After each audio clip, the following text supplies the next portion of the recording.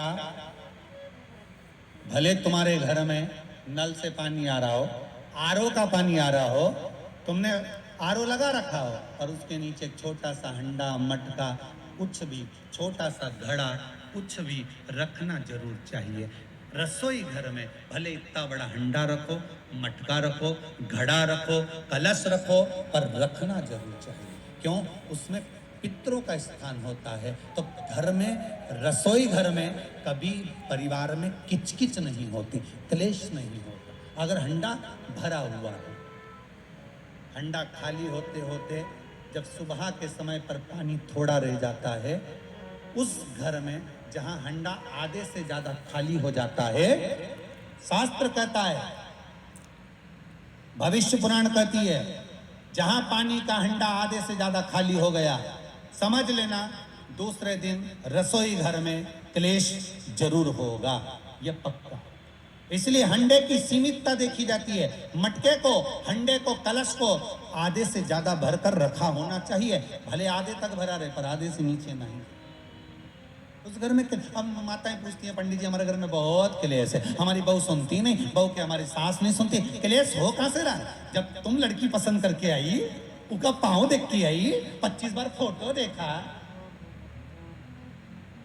अपनी रकम तोड़वा तोड़वा के बहू को सोने की रकम चढ़वा दी, खुद ने अच्छी साड़ी नहीं पहनी, 10-10 हजार का सूट चढ़ा दिया, चुन्नी बेस, डब्बा दिया तैयार होने का, चप्पल दी नाप की, चूड़ी का नाप मंगवाया, इतना प्रेम, और घर पे आके जगदम्बा हो गई। कारण क्या है? इतना क्लेश कहां से आ गया?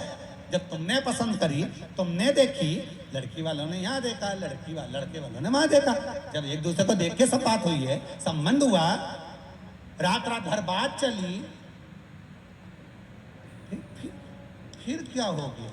यहाँ तो रोज फोन लगाती थी, मम्मी ये वाली साड़ी तैयार कर लो। हाँ बेटा कर ले, ऐसी ऐसी बात सास और बहू में चले। चूड़ी का नाप भेज दीजिए, चोली का नाप भेज देना, और मैंने डब्बा तैयार कर लिया है, मैंने वीडियो कॉल में दिखाया, देख ले, यही है।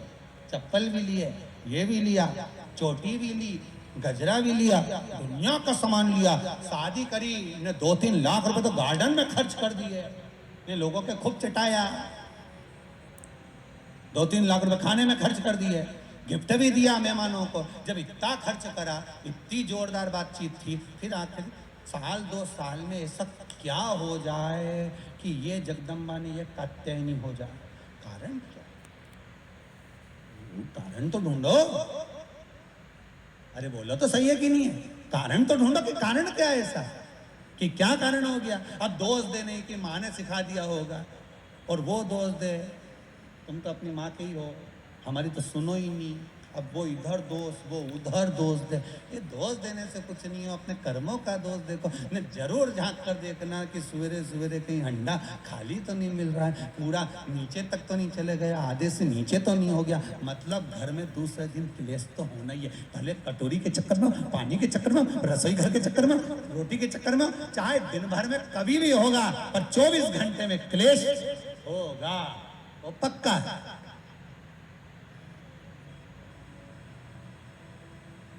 थोड़ा भरा, क्यों भर कर रखा जाता है मटका? क्यों भर कर रखते हैं हंडा?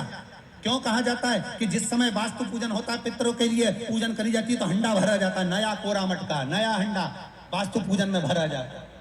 क्यों? और जब पंडित जी सिर पे मंगवाते हैं, नारी भर कर लाती है, गृह प्रवेश होता है, भरा हुआ मटका, खाली नहीं, भरा। और जब भरवाते तो इतना भरवाते कि उसका पानी उंडेलना चाहिए, वास्तु पूजन का नियम है।